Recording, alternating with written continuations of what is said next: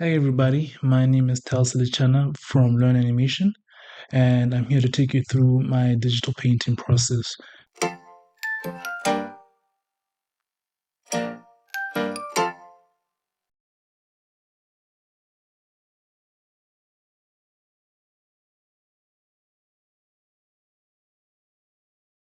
So initially, what I like to do is that I obviously start with the sketch, and I noticed that most artists have a tendency of wanting to overcomplicate the sketch and just make it a bit difficult, but I like to keep it very simple. I stick to the Loomis method, or like my own variation of it, and I like to keep my shapes very exaggerated, but also very simple. As you can see, what I did in the hair there, I kept it very blocky, and I'm just working on her eyes. The software I'm using right now is Photoshop, and the tablet I'm using is the Human Canvas Pro 16 on my Acer Nitro from Incredible Connections. I think they have a really good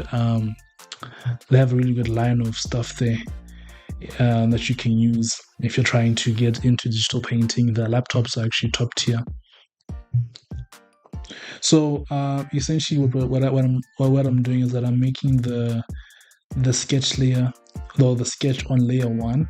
And the way that Photoshop works is that you paint on layers, and layers are essentially, it's like invisible paper that you can add sheets on top of. So what I'm doing here is that I'm adding the sketch on layer one, and then I'm going to add the flats on layer two. I'm doing that right now. So essentially, with the flats, it's like you're just putting the initial or base color of the image. I like to go with the overall image like I am now. I'm trying to capture her skin tone.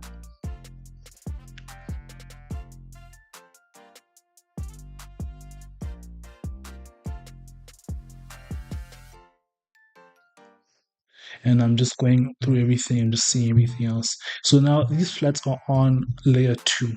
So what you can do is that you can essentially, like for example, I'm just adding even some of the shading, but I think as we go along with these tutorials, I'll explain different blending modes like multiply or hard light. I just like to just get the different variations of the colors, and just basically the essential feel of the image right off the bat on layer one, and then I'll probably add another layer on top to maybe just get some of the hues and variations of her skin tone.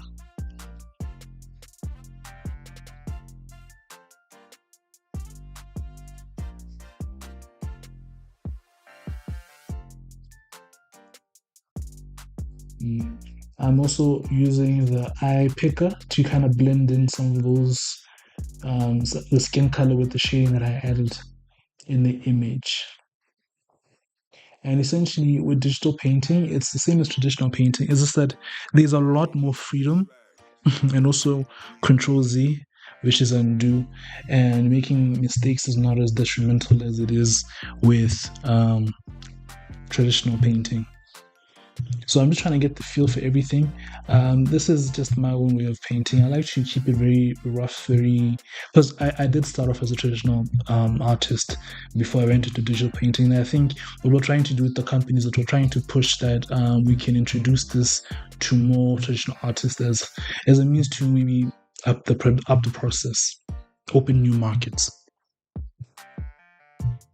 So I think I made a new layer, and in this new layer, I made a multiplier layer. Basically, this one just takes all the colors and hues and just makes it a bit more darker. It makes the saturation of the colors a bit more preemptive. Not preemptive, but they stand out a bit more. But as I go, I'm just trying to sculpt the face, because essentially with 2D, I mean, as we're painting, it is in 2D. We're just using the layers and the colors to kind of create a 3D effect in terms of sculpting the face into what it actually is. And highlights and shadows really do help with that.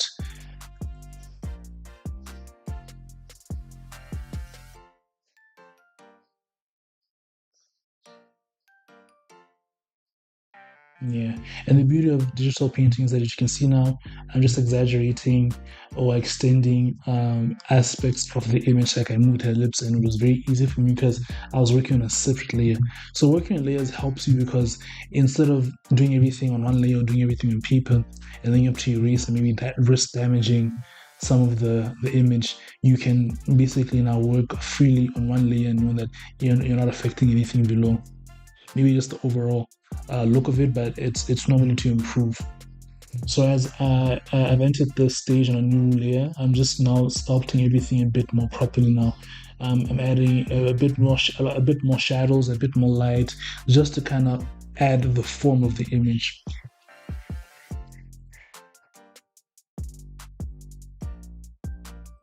But essentially, the key is to just try and keep this and try and make everything a bit more simple. You had a lot of young artists have a tendency of overcomplicating things, which is it's understandable. You want it to look good, but it's important just to keep it very very simple and very um, manageable. Manageable. So with our company, we have digital painting classes as well as animation classes, and we kind of go through the entire process of just teaching people from scratch. So you don't need any experience, honestly, because we really help you and we really cover with that.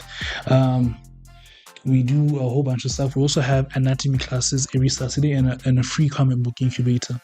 So with the comic book incubator, what we do is that we essentially just provide you with the facilities and also the equipment for you to come in and kind of do whatever it is that you want to do.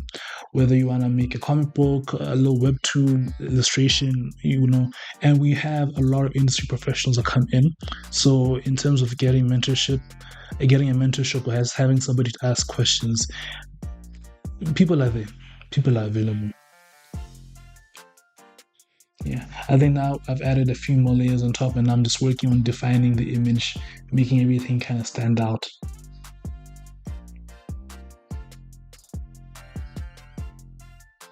And now what I've done is that I've activated the lasso tool, and it's basically trying to now block in the highlights by using basic shapes, things that are just a bit more interesting that I can kind of see from the original image. And I'm trying to use that so that I can sculpt where the light is hitting her face, just to create that extra bit of definition.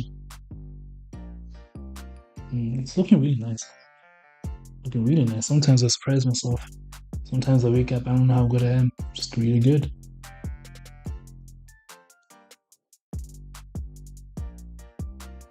You can be good too. You should join us. The brush I'm using now is a cube brush that I got from Mark Brunet's free brush pack, and it's really good. This was my first time using it, and it's really good. I enjoy it a lot. So now what I'm trying to do is I'm just trying to blend in some of the features and just make them a bit more softer, not stand out too much. I'm also reducing the opacity, and what opacity is that it's just how transparent, or the opposite of transparent, like a layer is.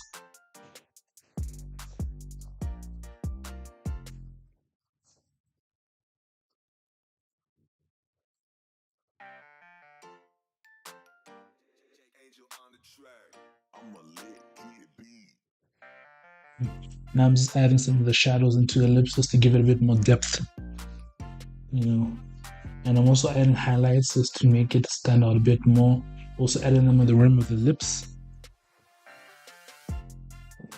Really good, really good. Very, very kissable. Really kissable.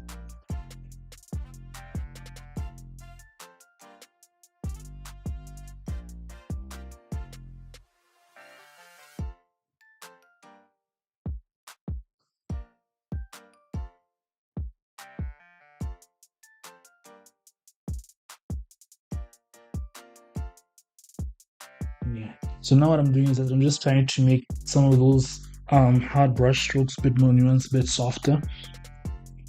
and I'm also just trying to blend everything in so it comes out somewhat similar to the original image. I don't personally like to draw something from reference and try and make it as exact as possible. I think that limits a lot of the creativity, especially in terms of just like experimenting, just figuring things out. Because essentially, if this was like a character design project, I would not want to look at the reference and make it exact. I feel like that limits you a lot.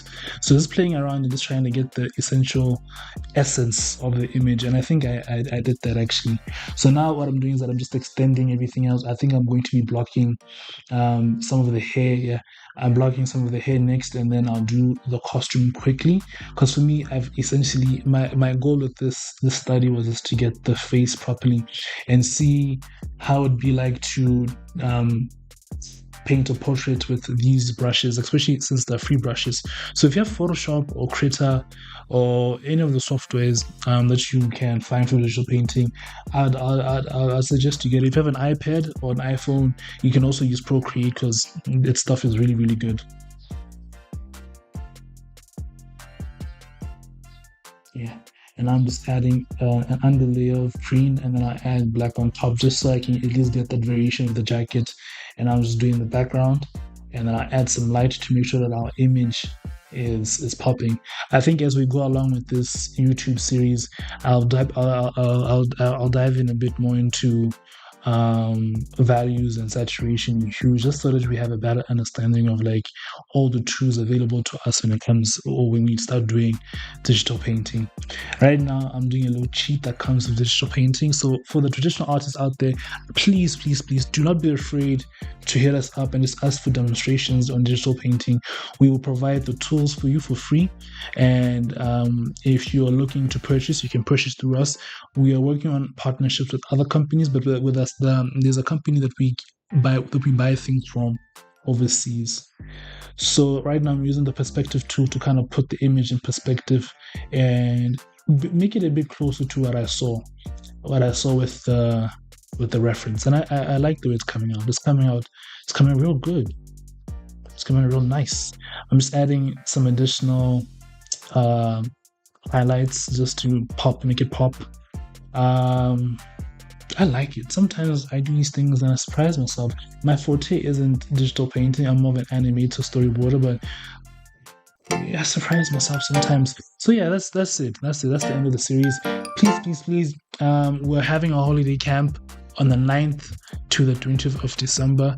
If you'd like your kids or to jump into digital painting and animation, contact us on 72274967 or email us on learnanimationbw@gmail.com and find out more about the camp. Thank you very much for watching this video, and I hope that you guys can watch more, learn more, find out more about us.